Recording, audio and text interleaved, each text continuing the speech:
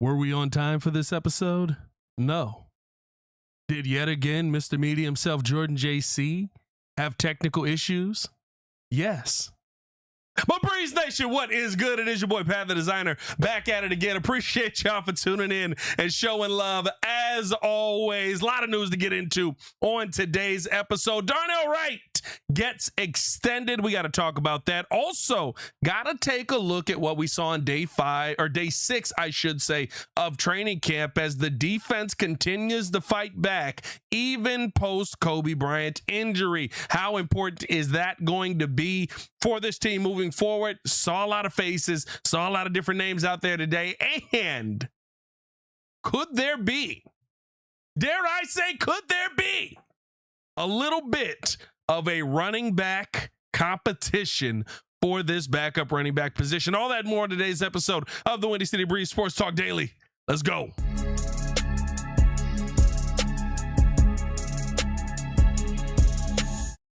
Now, if you are new to the channel, please hit that like button. Please subscribe to the page. Do talk Chicago sports daily on this channel. Only channel talk Chicago sports, how Chicago talks. So make sure that you stay in tune with us, man.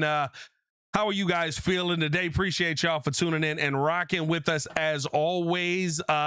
Listen, like I said, a lot to get into on this episode. Big shout out to y'all as y'all tune in and show love. I appreciate you, RCF, for asking this question. You know, we're trying to get stuff done here, but does Sue Young, what are Sue Young's thoughts on what you guys should be doing here to start this show off? Come on.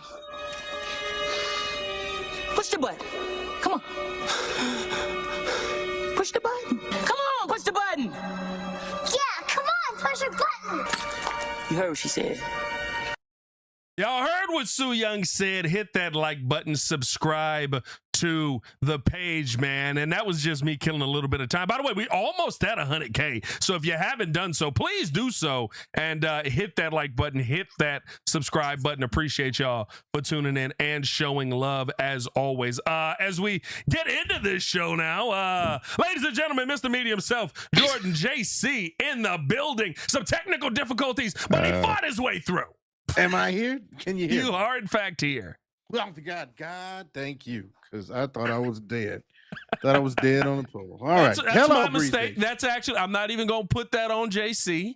That's my mistake. Yeah, I don't have the quality equipment do. I Okay? put high quality audio, and JC's computer couldn't take it. I still got Sanford and Son stuff over No, here. Sanford okay? and Son on here. Come on now.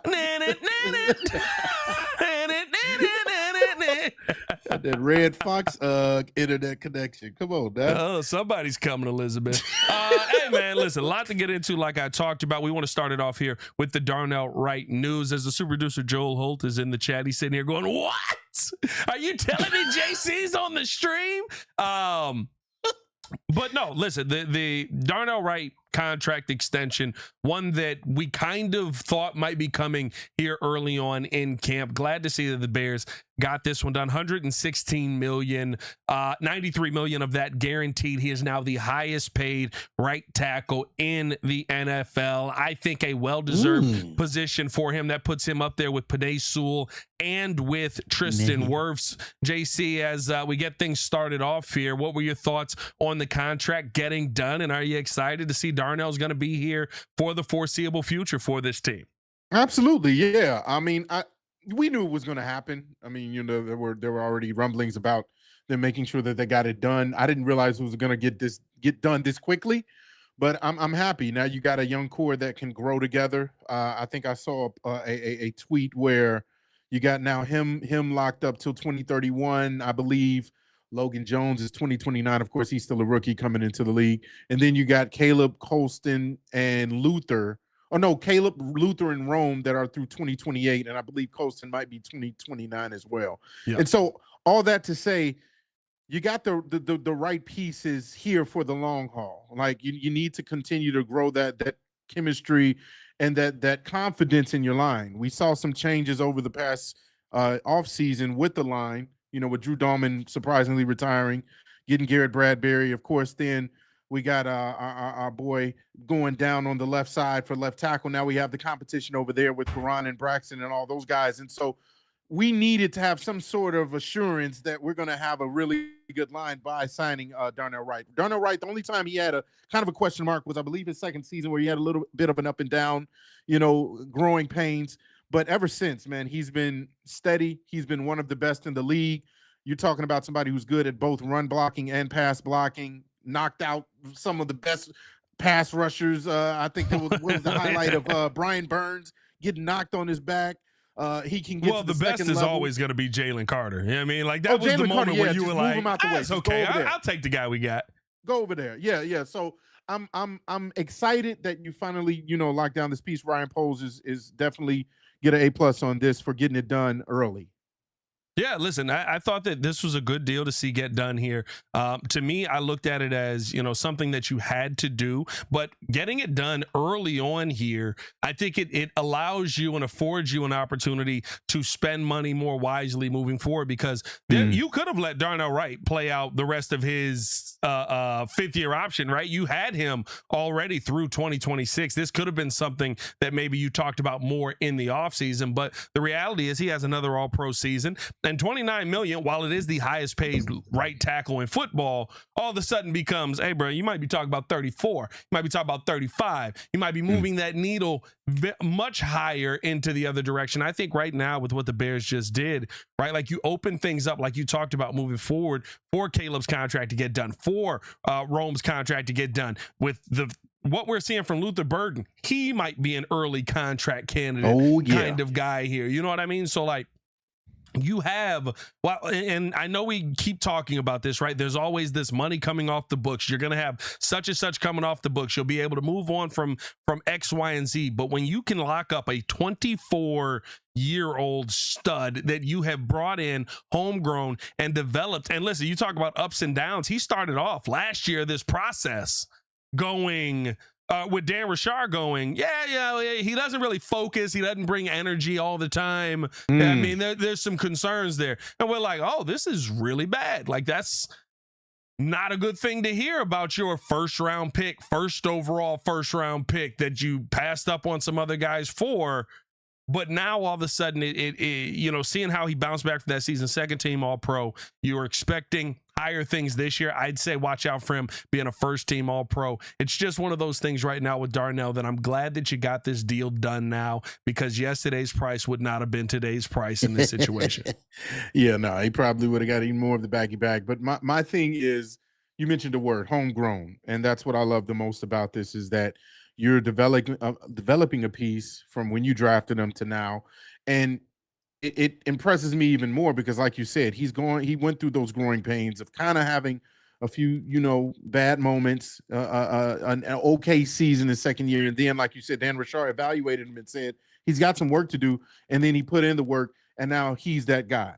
And so he's somebody that can be trusted. He's confident. He's going to protect Caleb. He backs it up with his play. Again, he's aggressive. You love the relentlessness that he plays with, the kind of like that playing through the whistle type of mentality. Like he brings everything that you need from a pass blocking, run blocking perspective. And so I love it. I think this is the start of, like you said, many, many more good contracts being signed down the line. And this is going to be a good start for, like I said, a young core. Let's hope we find a way to keep this up, because it's something we haven't done in a long time. Pay important offensive linemen.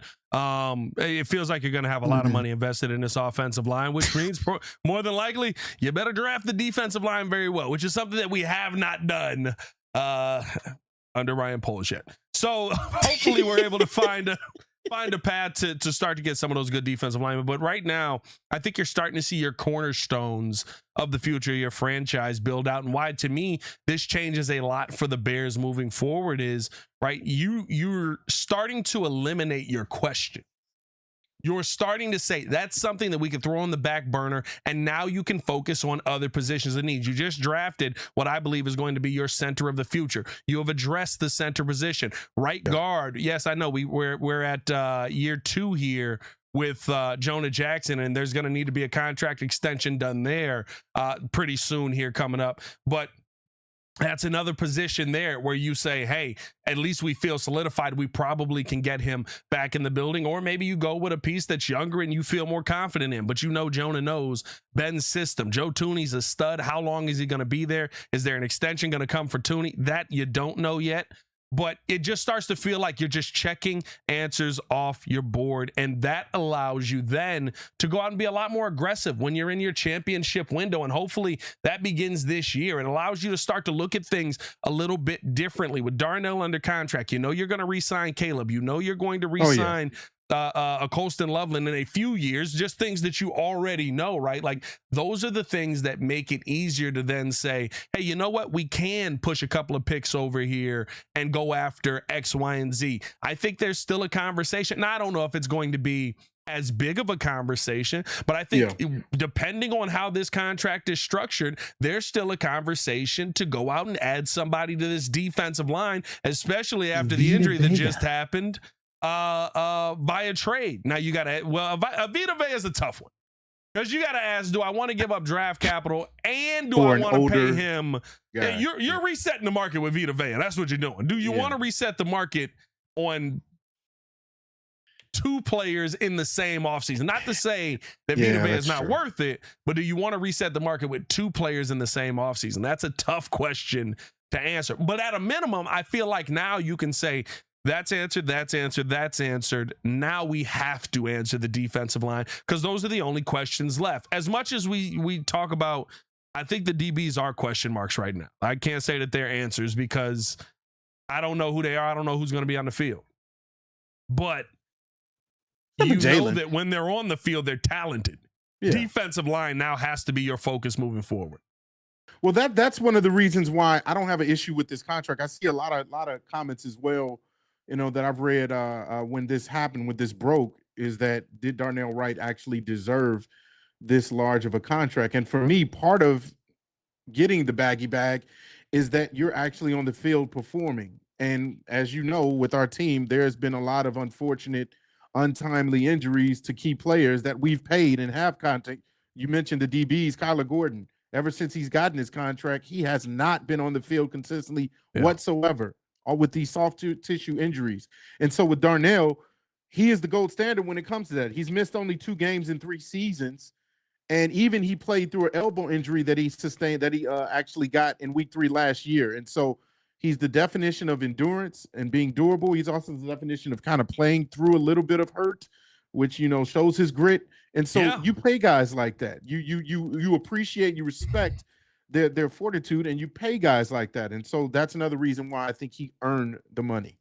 Let us know how you guys would grade this deal for the Chicago Bears, getting this deal done for Darnell Wright, 116 over 4 years, also affording him the opportunity to hit the market again at 24. So probably a little bit of give and take why it took so long to get this done. And by the way, I'm saying so long, it essentially took an offseason after he became an all-pro.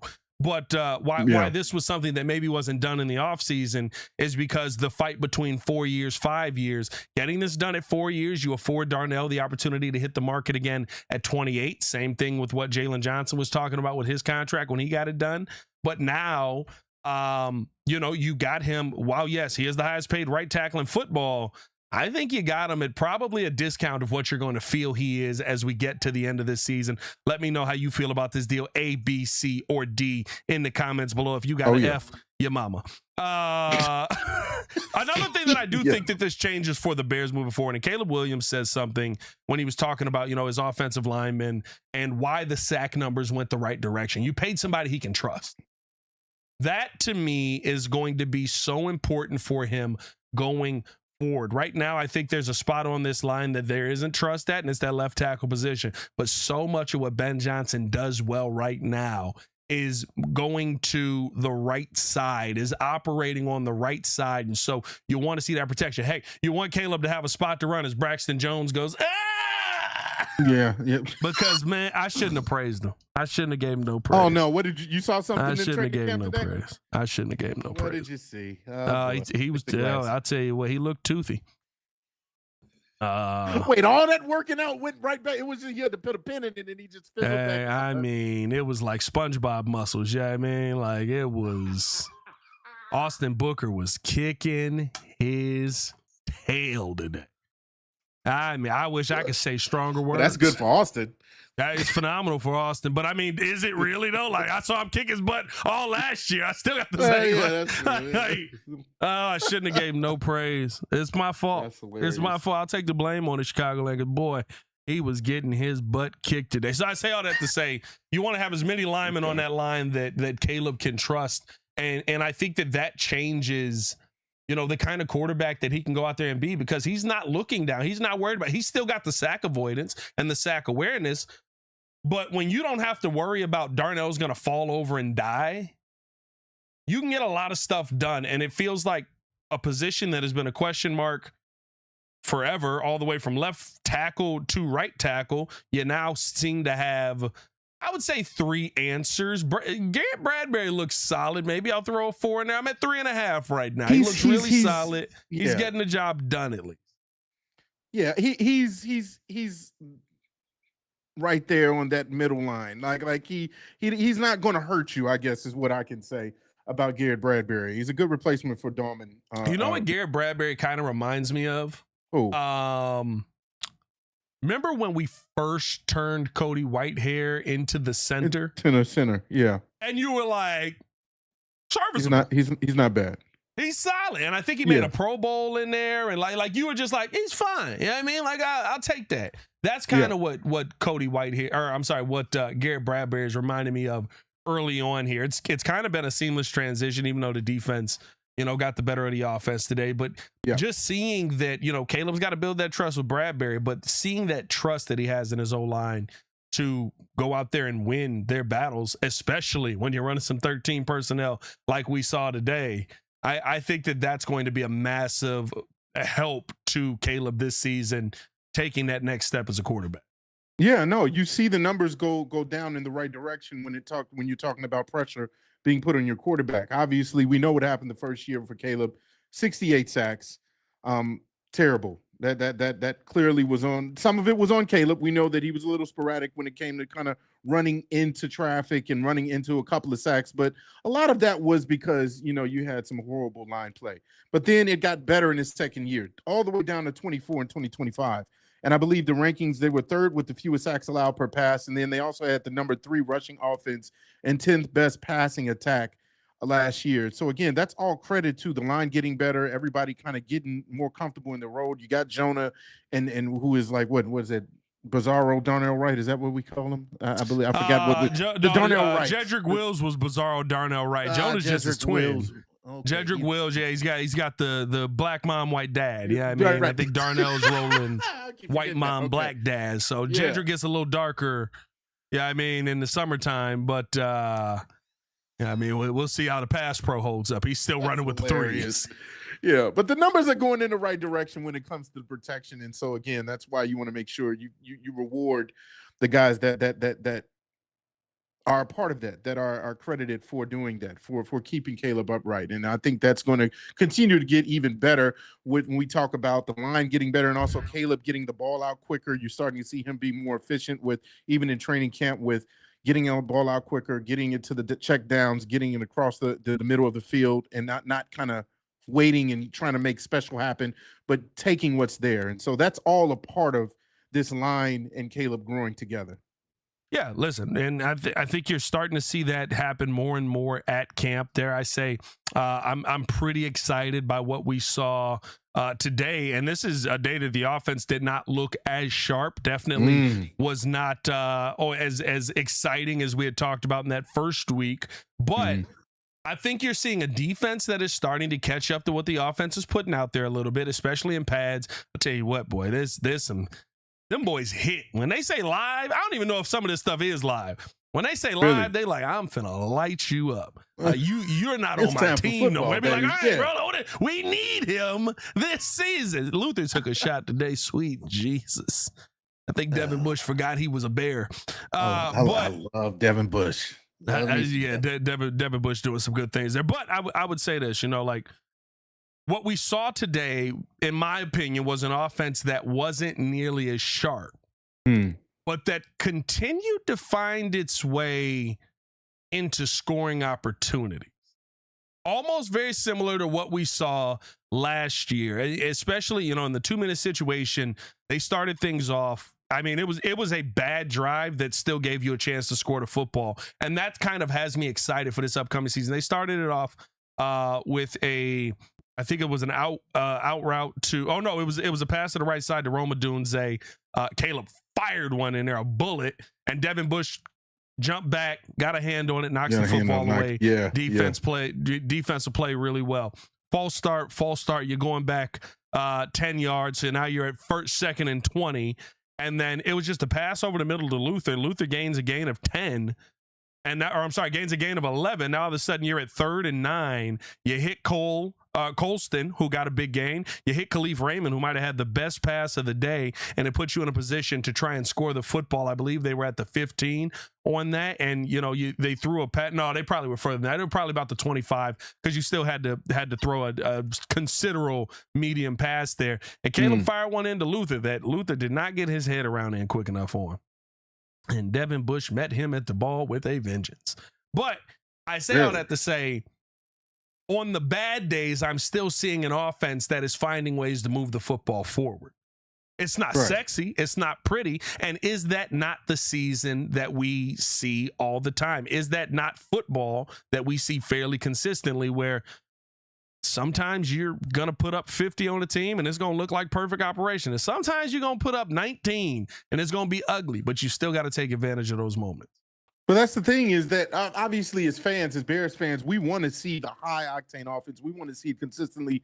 We want to see it work all the time. We trust in Ben Johnson in his maniacal ways of, the 13 personnel and the 12 personnel and all the things that he's going to go out there and put pressure on the defense with. But there is going to be moments where it's just going to be boring and things are not going to work. And so do you still take the boring plays? That's what we've been saying Caleb has to evolve into, is just taking what's there. The 2-yard pass to DeAndre Swift, and then he gains 5. So now it's 2nd and 3. And so you have to kind of just methodically go down the field instead of giving your Hail Marys and your 20-yard passes across the middle to Luther. Like, that's going to happen, but also they're also going to regress at times during games. My thing that I want to see is, can you put it all together before the fourth quarter? We know that they were really, really good at comebacks, and Iceman got the name because of that. But we want to make sure Iceman kind of is hot in the first half, and so I think that's what you're going to see, which is probably a better version of this team. It was exciting, but you want to see the boring get better. Yeah, listen, I'm off you being Iceman, but less ice. Yeah, I like my drinks neat. Hey, I don't need that much. I'm drinking water right now with no ice. I like room temperature sometimes. That's villainous. I'm not gonna lie to you. I'm not a room temperature water guy. Room temperature water is actually good for you. Except middle of the night. Middle of the night when you pour that cup of water and you sitting there and you like fall asleep and you wake up at like 2 a.m. and you're dying of thirst. I go to bed with a cup of water every night. A nice large cup. Yeah, I'm talking about. That's right. And it get that room temp, and it's just like, I can be refreshed in my dreams now, and then I go back to sleep. Room tip. Come on. It's always fun. No, but the reality is, I would like to see it a little more neat this year. Right, first quarter, let's dominate, and I think that's where the 13 personnel is truly going to come into play, because you can start things off dominating on the run game, and then you can adjust yourself later on in the game and have Colston Loveland in 13 as a wide receiver. You can have Xavier Thomas in the backfield as a wide receiver, right? Like, you can run so many things out of the 13 personnel, and you got to see it early on here today. You saw a ton of it, and I think that's why we're starting to see some of this dysfunction. I know this is second year in the system. Weeks 1 and 2 of camp are install. Probably going into week 3. I think probably until week 3 of camp, you're still talking about install. Yeah. So I know that this is second year in the system, but they are learning new things here. They didn't run a ton of 13 personnel last year. So they're learning how to utilize this in the run game. I think that's also why you're starting to see some of the disjointedness in the offense as we've gotten pads on here. I'd love to see them bounce back and that operation be a lot more cleaner as we go into tomorrow. And of course, into Thursday. There was a motivated Diowa Dangbo sighting, JC. Really? Where was he? A very motivated Daiwa Dangbo came down and he got a jump on Tyson Bagent, got through the line. Okay, arms so this in is the second air, string quarterback. All right. tapped the football into the air. Okay. Intercepted the football, Came down and with started to run it back the other direction before tripping up and falling down. He was looking very motivated out there. Right. And Did he hold on starting to the ball? see Though? Did he hold on to it? He did hold on to the ball. He got the interception. Right.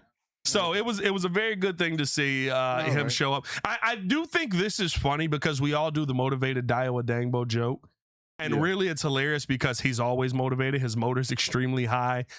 He kind of just doesn't have that level of talent. I would love to see him just prove us all wrong so he can go to the podium and just be like, look how motivated I am, you son of a. I'll take that. I love to be wrong. Yeah, that would be nice. And that's again the next, I guess, idea of which is why I said, man, would you really be considering maybe a Vita Vea? You know, if you're starting to see people go down and get injured and people not really performing the way they should, do you consider that maybe in the middle of the season, unless he's picked up by then, I would consider upgrading this line. But if you're talking about a motivated Dio and others, Grady Jarrett said that he's healthy, and then you got Devin Bush, doing what he does, then maybe this defense is going to continue to improve. One of the things that I did like, speaking of Devin Bush, that he brought up in his presser, was that he said he really likes the mentality of this team. You can tell that Ben Johnson kind of has his identity on the entire team, not just the offense. Yeah, because of the way he goes about his business, that kind of permeates throughout, just not, the receivers and the offense. Obviously, he's a genius when it comes to that. But even on the defense, the mentality that they have of, just relentlessness and attention to detail, I think that's going to go a long way with this squad as well. And so that's why, Bears fans, you should be excited. I know that there's a few holes that we need to patch up when it comes to the defensive side, but I like the fact that the defense won the day over the offense, because like you said in the past, if it's just lopsided, that means one side is not learning or making any sort of adjustment. So I do like the fact that, they're holding their own, and they're kind of chirping back at the offense. And then my guy, not your guy, not our guy, but my guy, Jordan Vandenberg. Oh, did a WWE move on the Vanilla Gorilla. There was a little bit of a squabble, a little scuffle, a little kerfuffle, if you will. Yeah. I wouldn't say. I see people reporting it as like, oh, it's a camp fight. The Bears had it was not a fight. It literally was those two in pass pro. I don't have any film. And the push went a little longer than the play, and as the play ended, Vandenberg hit him with a little Soyukin and slammed him on his back. And I just loved it because then the best part of it is he helps him up. It's not beef. It's just y'all going at it. Helps him up. Montez comes over. He's hype. He's smacking him on the head. Like, yeah, that's what I like to see. The offense comes over. Is like, oh, hey, what we doing? Yeah, wake up a little bit, brother. You gotta be prepared for that. So I love the energy. And I'll tell you what, there's been a couple of times, I'm not gonna sit here and act like, he's popping out every day and I'm just like, oh my God, Vandenberg's gonna be a starter. But there is enough instances that I think that are happening where you look at Jordan Vandenberg and you go, that's somebody who legitimately could make this team. And it's not like what was old boy that I messed with that we had on the D line who was always making plays, but he was a meatball. He was on the team. He was on the team a few years ago. He was like 5'10", like 350 pounds. Like he was. Oh my goodness! Who? Defensive tackle or lineman? He was a D tackle, and he could just move people out the way. But he was, and it was just like, he's not gonna make this team. But I would love to see him make the team. I swear he was on the team. Had to be with Justin. About DeMarcus Walker. No. This dude literally was shaped like a meatball. I'm not calling him a meatball. He was actually shaped like a meatball. You can't be talking about Billy. I'm talking about in the chat, bro. If you remember this player, I'm gonna have to go back through and find Buddy. We drafted him. He was, I think it was an undrafted pick. He was not Chris Tonga. It wasn't Chris Tonga. He was a black dude. I do remember Kyrus Tonga, but was it Kyrus Tonga or was it Chris Tonga? I don't. It might be Chris. Was it like Travis Kyrus. Bell? That is a name I remember, but I don't remember. I think it was Travis Bell. Say he was moving people. He played in the season. No, he might have made it to the team in the season. Travis Bell, 6'3", 310. That might be too big, but that does sound like the right name. He played for the Cleveland Browns right now. Shout out to him. Oh yeah, it is him out of Kennesaw State. We drafted him in the 7th round. He was the 218th pick. Okay. Anyway, I say all that to say he literally was. That was your guy. That was your guy. Okay. 6 feet is cap. There's no way he's 6 feet tall. He was shorter than 5'9". 6 feet is cap. In cleats. But I say all that to say that like when I see Jordan Vandenberg, it's not that. He has the size. He has the body. He is making the flash plays, kind of like what Travis Bell was doing, but he actually has the stature where you go, he could be on this team. He could be somebody that like you don't expect, and all of a sudden you're watching him in very important moments on the field by the time you get to the end of the season. Young, raw, talent, gonna have to be developed. Motor is crazy. Yeah, absolutely. But I like what I am seeing from him early on, and he doesn't look like he's somebody who's gonna spend a ton of time on third string. And the beautiful thing is Ben Johnson sticks to his word when he says everybody has a chance outside of Caleb, but everybody has a chance to really go up the depth chart, and this is a competition. When you see plays like that gets everybody fired up, and you got your vet leader on the defensive line and Montez Sweat kind of vouching for you, and good job, and he's hyped up. That's what you want to see. Yeah. You continue to grow your rep like that on the team, you're going to stay here for a while. And like I said, I don't think he's going to turn into some Aaron Donald prospect, obviously, but I think he will wow some people with numbers eventually if he gets the quality starts down the line. We'll see. I love Shay City's comment. He's like, Bears fans find a mid to late round draft pick and fall in love with him. Remember when Roschon was just as good as Bijan? The only thing I push back on you on that is we got Texas, hype about Roschon because of Ryan Poles, not because of what Roschon did at Texas. I'm gonna be honest with you. I got hype. No, we got hype about Roschon because of Ryan Poles. Because remember, they drafted him that night and were like, what are your expectations? What was Roschon, a 4th round pick? Like, what are your expectations on what Roschon could be in this offense? And he said he's going to be a pillar of this team for years to come. And we were like, dang, you giving this dude first team reps? Well, I mean, is he about to be the dog on this? And then they were like, no, we don't really. Roschon's having a good camp too, by the way. I'll be honest with you. I'll fall on that flag because I did think that Roschon had some hidden talent somehow because Bijan was killing at Texas. And I'm like, okay, you're just masking Roschon. I thought that if Roschon stayed another year at Texas, he was going to be a top draft pick. But I got it wrong on that one. I got it wrong. The thing with Roschon is Roschon has talent. Roschon's having a phenomenal camp. I mean, he's making people miss and everything. And he's done this before. But that's what I'm saying. The problem with Roschon is a power back. Yeah. That gets concussions kind of a lot. Yeah. You can't, I know, don't lead with the crown of your helmet, right? Don't use your head and all that. You're a power back. Your head is going to get contacted. Yes. If you can't stay not concussed. By the way, he's also a phenomenal special teams player, which would be the only reason he makes this team, I think, this season. Yeah, get him where you fit in. If you can't take contact to the head, you're probably not going to make it on special teams very long. Roschon, to me, I don't even know if he's on the bubble. He might be already on the outside of the bubble, and they're just giving him every opportunity to put something good on tape. Because I'll tell you what, there's a running back competition happening here that I don't think that I was prepared for. Oh, you talking running backs? All right, let's see. You know what? What's funny is sidebar, and I left it out in the car. I should have had it with me. Why did Travis Bagent, Tyson's dad, give me a custom shirt? It's like a jacket that has Kyle Monangai and DeAndre Swift on it as like anime characters. Ooh. And on the bottom it's like a bear. It's a really it's a cool looking jacket. Yeah. But I'm like, I'm probably not gonna wear this a ton, but I appreciate. And he just came up to me. You're not gonna wear it. He just came up to me and was like, "Yo, Pat," and I'm sitting there looking. First off, I'm not used to people that are more important than me knowing me. This man's like, means yo, they're not Pat, more I look important than down. you. He's got his hand up. The mitt is huge. Bro, that sounds crazy. Oh yeah. That's the arm wrestle hand that he Bruh, has. I shook his hand. I'm like, Oh no.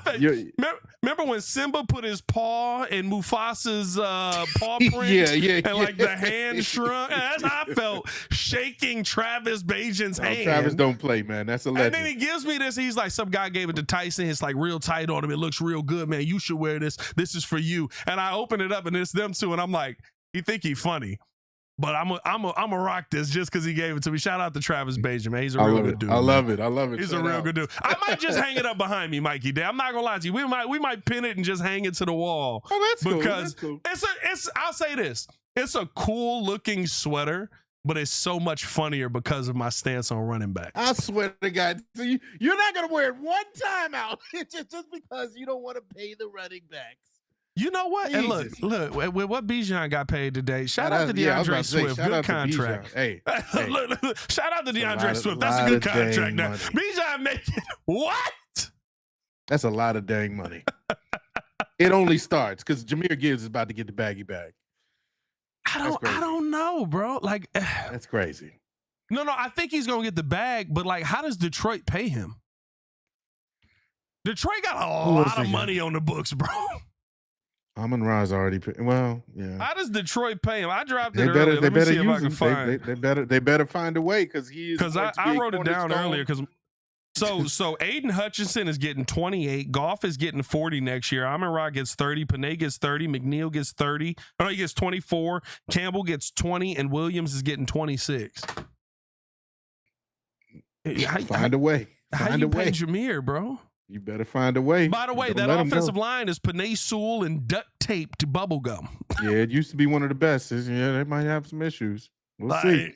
That's going to be interesting to see. But no, I say all that to say, did I say? I don't think I did because we started talking about Travis Bajan. The running back competition that is kind of standing out here.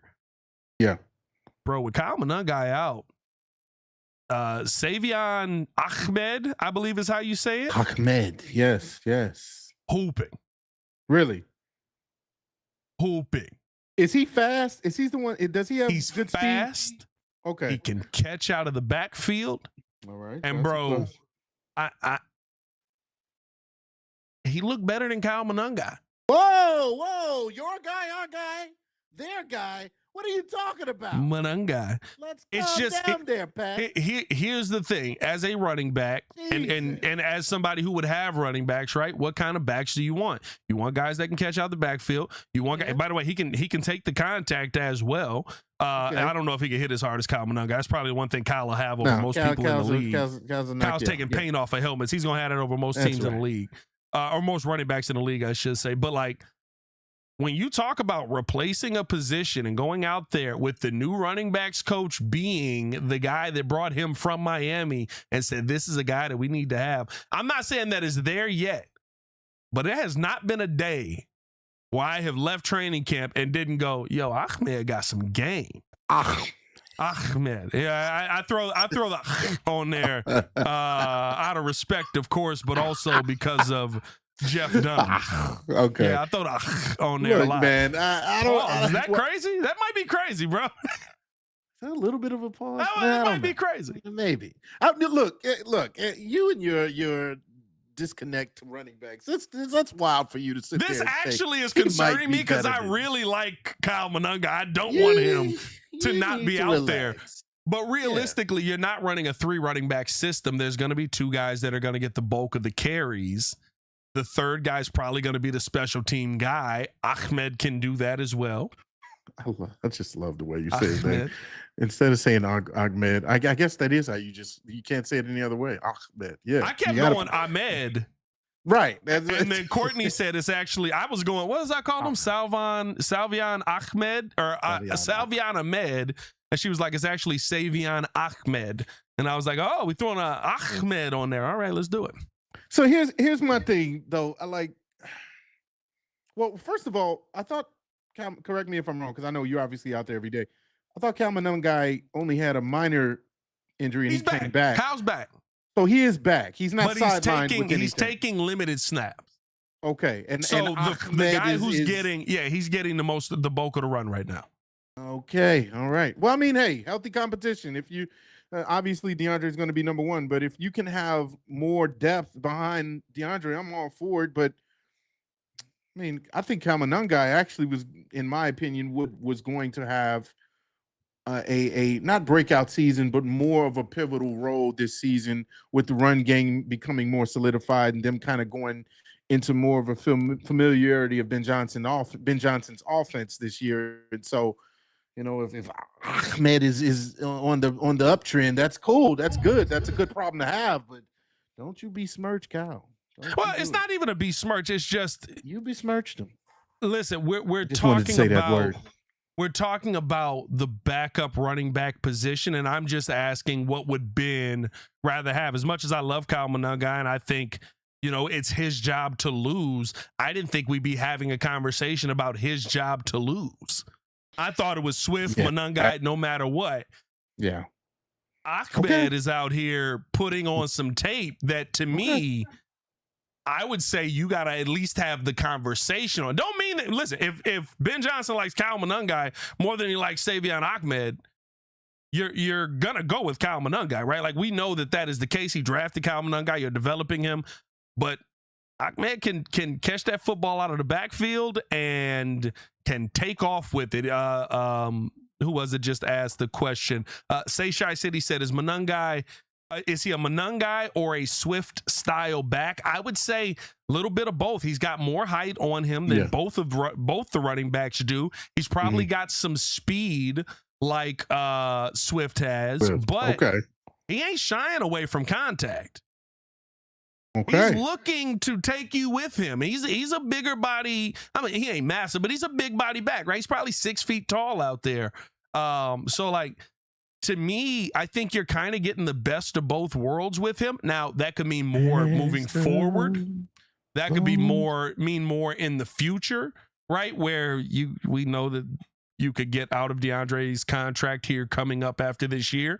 Maybe that is somebody that you keep on the roster and keep an eye on and say, hey, we're going to share time with you and Monangai as time moves forward. But right now, with him getting some run, he looked real good out there. And I mean, he making people miss too. Like, He hit a move on. Let me look at my notes. Who's 24? Malik Muhammad. He hit a move on Malik Muhammad. Oh, I dropped him.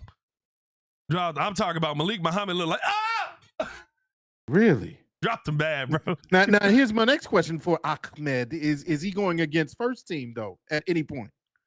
You know, they do a mix of everything. So it's like sometimes the second team defense is going up against the first team offense. Sometimes the first team offense is going against the second team defense. So everybody gets a look. So he's gotten to see all of it. Okay. All right. So it's legit. So there are times where he's out there versus some of the first team guys. And even to that point, right, they're mixing and matching. So there have been times where Javon Dexter, who's on the first team, is out there with the second team defense just to mix in him. So he's getting to see the guys that are going to be the best of the best. I mean, we know what this defense is. But man, like, it surprised me that I would even be having this conversation. It's a good problem to have. We miss wait a minute. I'm not going to say that. We don't miss the days of old where we didn't have depth and we were trying to rely on one running back or one receiver, and then you had a slew of just trash behind it. And so I love that you're having real competition. And that's the thing, is that when one goes down, it's kind of the next man up mentality. And then, you know, even though Monangai didn't go down for a long period of time, like Ben Johnson is evaluating every single player on this team to see how he can utilize them. So even if Ahmed doesn't take over the second running back position duties, maybe he comes in on some gadget plays. Maybe he gets enough confidence from Ben to be in on some important key plays where, you know, you see him out there. So that and especially if he's reliable in the pass game. So no, that's pretty cool to know. It's very, very good to see. I think at a minimum, right, you're raising your floor. You always want to raise your floor. Oh, yeah. If your floor is Kyle Monangai, you got a great running back room. I like that. If your floor is Kyle Monangai, you have a great running back room right now. And, you know, may the best man win. And with Ben, the best man's going to win. Yep. Outside of that, though, man, I looking at this team and seeing By the way, Rogue with this comment, he said Ahmed is going to replace Roschon Johnson. I think they only keep 3 backs on this team this upcoming season, so I'm basing my thought process on that. I kind of think Roschon's gone no matter what. Yeah, he's been on this team long enough. I'm gonna be honest with you. But one thing that this could change now, though, because of Kobe Bryant going down, because I would say the replacement for Roschon would be somebody from the DB unit playing special teams. You might not have that ability now. So you might actually have to keep 4 running backs going into it to where Roschon is able to still play special teams and you've got 3 backs that you can have viable. I don't know how Ben's going to plan that part out. That's going to be interesting to see. But outside of that, man, like, it was another really solid day of camp, another day that I think you could be excited about. And hopefully we start to see the offense pick things back up as we continue to move forward. Yes, sir.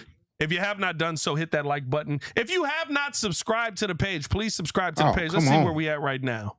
We are Let's see where we at right now. On the cusp of 100K. Big cusp guy over here. Oh, I'm a big cusp guy. We are on the brink. Oh, okay.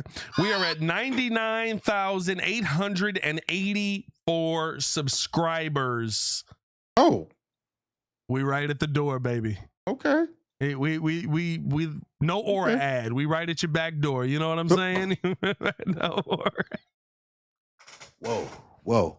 Haven't had an aura ad in a long time, actually. Well, we got to get that back, actually. We were making money off of that. I got to start playing that again. Hey, as always, man, for Mr. Media himself, Jordan JC, it is your boy, Pat the Designer. Back at it again. Y'all stay safe out there, Chicago. Better on one love. We'll be back for more content on this Bears team tomorrow. And, of course, any breaking news that should happen moving forward. Y'all stay safe out there, Chicago. Peace. Yeah, you're going to wear that jacket one day with the running backs. I got to show it to you. It's actually hilarious, but it's in the car. I ain't running out there to get it. You won't even run to the car. Anything with running and backs is out of your vocabulary, right? Hey, you see this body? How much running you think I'm doing? How much running do you think I'm doing? Oh, God. All right. I'm not going to say nothing.